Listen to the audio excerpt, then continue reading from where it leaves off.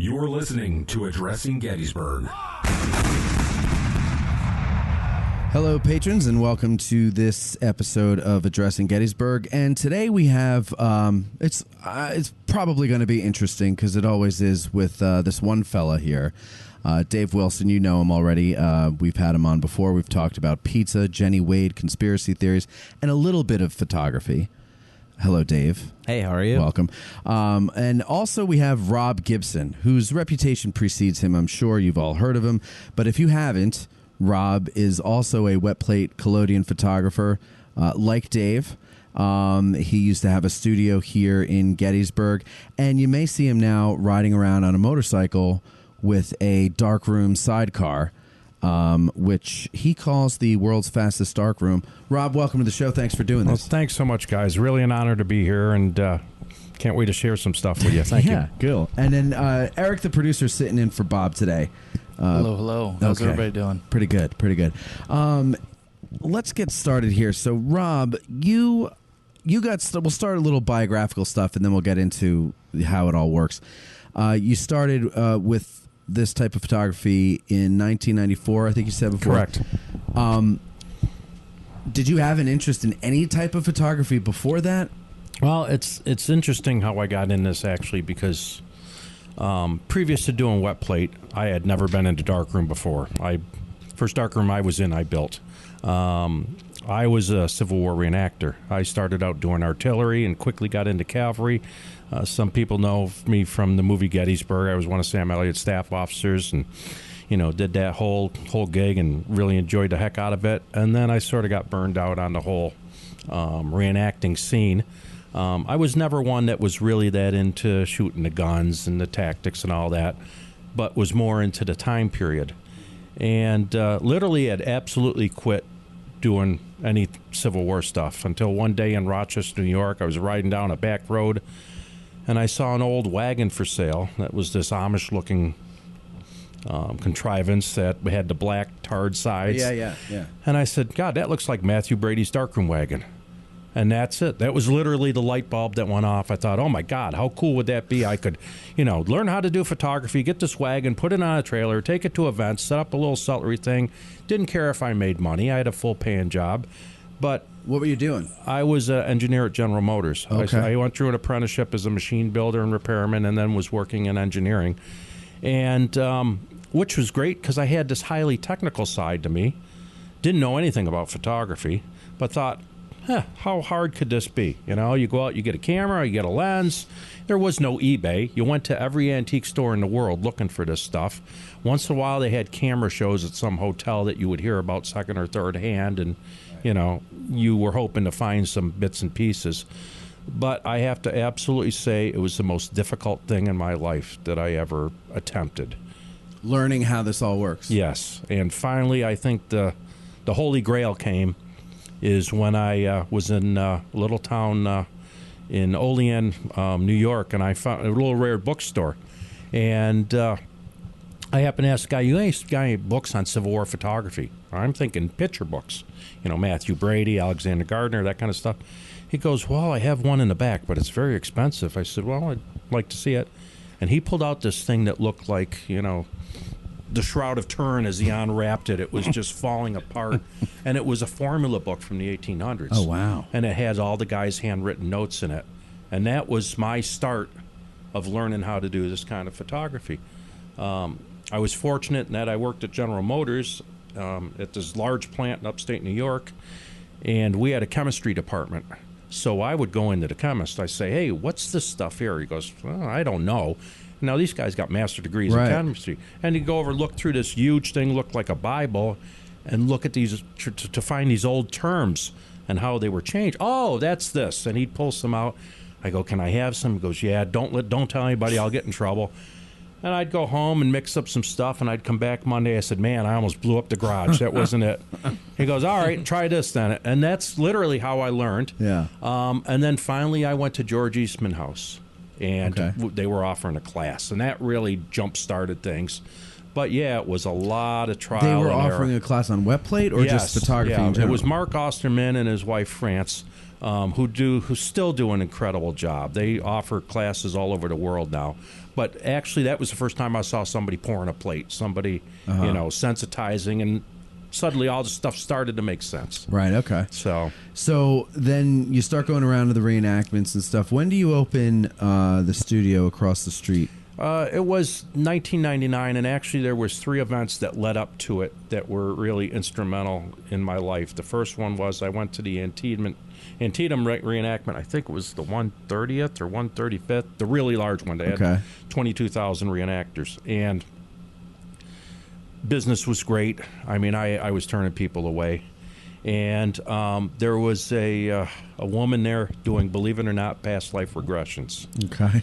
And I don't want to get into the whole thing there. That could be a whole nother show for you. But let's just say there was really some some real profound things that came from that. Yeah.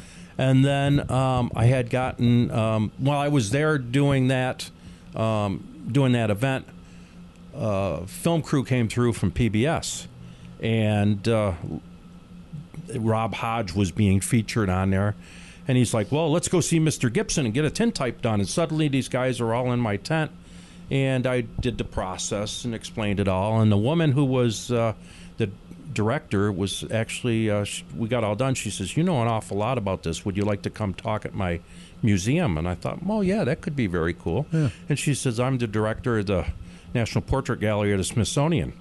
I said, wow, that's really cool. Yeah. So a month later, I found myself in the courtyard of the Smithsonian in D.C. and doing my thing. And this older gentleman came around, and again, asking questions, taking photographs with a little Leica camera, everything I was doing.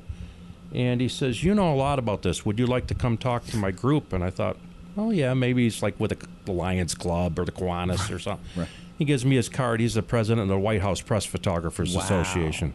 Really? So within 60 days, it was PBS, Smithsonian, White House Press Corps. And I go, if there's ever been a sign that I'm supposed to be doing this, this has got to be it. Yeah. And that's when I decided to actually leave my job back in 1999 and build my first studio here. Now, I said across the street, but I don't think I mentioned that we're at Dave's studio, Victorian Photography Studios. I'm sorry, Dave. So that's where we're recording from today. So across the street from Dave's place on Steinway Avenue, Rob used to have his studio. And then at some point, though, you moved over here and built this studio that we're in now. Correct. Then what happened? Well, I had moved over here because I saw an opportunity. This building wasn't being utilized. What was it? It was some sort of a strange gift kind of summery touristy thing. Okay. And I had known the people that owned the building, and I had a great space upstairs across the street at 65 Steinway Avenue. However, a lot of people didn't even know I was there because I had literally nothing more than a doorway going upstairs and a little shingle hanging out with my name on it. Where here, this was a 2-story operation. You had a lot more room for wardrobe, and there was parking in the back. There was a lot more opportunities here. So I came over here, and the one thing that was lacking here was the big skylight. I put the skylight across the street. It wasn't cheap, but it certainly paid for itself with the quality of the photography I was doing. Came over here, and while on the movie Gods and Generals, I had met a fantastic lighting man named Donnie Arrows, who does tons of work for every major motion picture and TV series out of D.C., Virginia area, and he taught me a lot about lighting. And Donnie and I had designed all the lights for these, put these in, the daylight bulbs, and created a space up here that worked really well. Okay. So, and Dave's certainly taken advantage of it Sure. now. Yeah, definitely. Yeah, absolutely. I wouldn't have minded a skylight, though. No, the skylight was great. Yeah. So, how long were you over here before you left? Oh, I was over here for, let's see, a couple years, and then I had an opportunity down in Charlotte, and let's just say that sort of fizzled out, and I had gotten in a car accident, messed up my back, and some business things happened that, unforeseen things, and suddenly I was on the outside looking in. We'll just put it that way. Okay. And then decided it was time for me to come back and reclaim, my presence here in Gettysburg. This place gets in your blood, though, doesn't it? Oh, yeah, right? absolutely. Because I had the same type of story where I had a business here. I sold it, I left, and I was I was miserable. I don't know if you were miserable being away, but I was, and I finally came back, and I've been happy ever since. Well, nothing's improved otherwise. Yeah, but, I think anybody that's into any kind of historical reenacting or the Civil War, this is the Mecca. You know what I mean? Yeah, it is. I mean, it certainly has a spirit about it that, when I was a little kid, I begged my parents to take me here. I don't know why. My dad was not into history, and I had heard stories of my great-grandfather and great-great-grandfather that were both in the Civil War, fought cavalry troops. And I've got a great-great-grandfather buried in Cold Harbor, who got killed June 2nd down there. So, but there was no connection to Gettysburg, They were all, always, in Virginia theater and that. But this place certainly has a spirit about it. Yeah. And I think there's those of us that are old souls. And, without getting too spiritual and everything else about it, but we're drawn to this. Yes. And, like it or not, love or hate the place, you can't help that you're drawn to this and to the time period. No, you're right. I think it is. It is a spiritual thing because I can't explain it. Because for me, I grew up going to the Virginia battlefields. I have family down there, Right? And I like them, but it's nothing like when I came here. It was like this weird feeling I got, and I had to keep coming back. Yes. So There's a spiritual connection here that you don't get anywhere else. No, it's like indescribable, really. Yeah. The only other place I've ever had anything like that was Antietam. Yes. To me, I've got more of a connection Harper's there, Ferry. even though I don't have any family connections at Antietam. For some reason, Antietam for me, even the very first times I went in like first and second grade, there was just something like. I remember walking down the hill from the visitor center and just kind of stopping and looking around and like, it still looks like 1862 here. Right. Nothing's changed. Nothing probably will. Right. No, and that you're right. Antietam is another place like that, and then Harper's Ferry for me as well. Mm-hmm. Like Yes. all three of these places, I feel like I could be at home in. It's that energy. Yeah. Mm-hmm. I had. It was the first year I was open, and that's where I started to sense that things were really different with what I was doing. Mm-hmm. And I think, and Dave can attest to this, the connection people have when you pour that plate, or I'm sorry, when you get done developing that plate and you fix it and the image comes up before you. I had a guy over, I had just got done working on Antietam video. I believe it still plays at the visitor center. That gentleman named Brad Graham had done over there. Yep. And I'm the photographer, and Kevin Rollins is Gardner. I'm James Gibson, who's, don't know if I'm related or not. But we had recreated that whole scene with the sunken road and rolling the bodies in. And then, you pan back, you see the photographer there, and then you see the original photograph. And it's, I'm one of the bodies. Well, there you go. I photographed Dave in a previous life, and I didn't even know it. Small world. It really is a small world. Yeah. But what had happened was I was back at my studio, and we had finally waited for finally a version of this that they handed out to those involved, and I had a VHS tape of it. And this guy comes up, and he said, "Are you Mr. Gibson?" I said, "Yeah." He says, "Well, I was supposed to see you."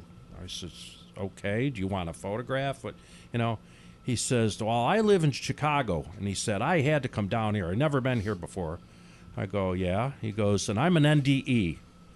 I go, "All right, I don't know what that is." And he says, "Near-death experience." Oh. He says, "I was a construction worker, and a scaffold collapsed, and this whole pile of scaffolding fell on me, and I was pronounced dead for a couple minutes." All right, so how can I help you? He says, "I've had this reoccurring dream. Ever since then, I've been just drawn to the Civil War. I had to come down here." And he says, "What is this sunken road?" And he's asked me about it. I go, "Oh, the sunken road in Antietam." Explain a little bit about what was happening there with the troops. And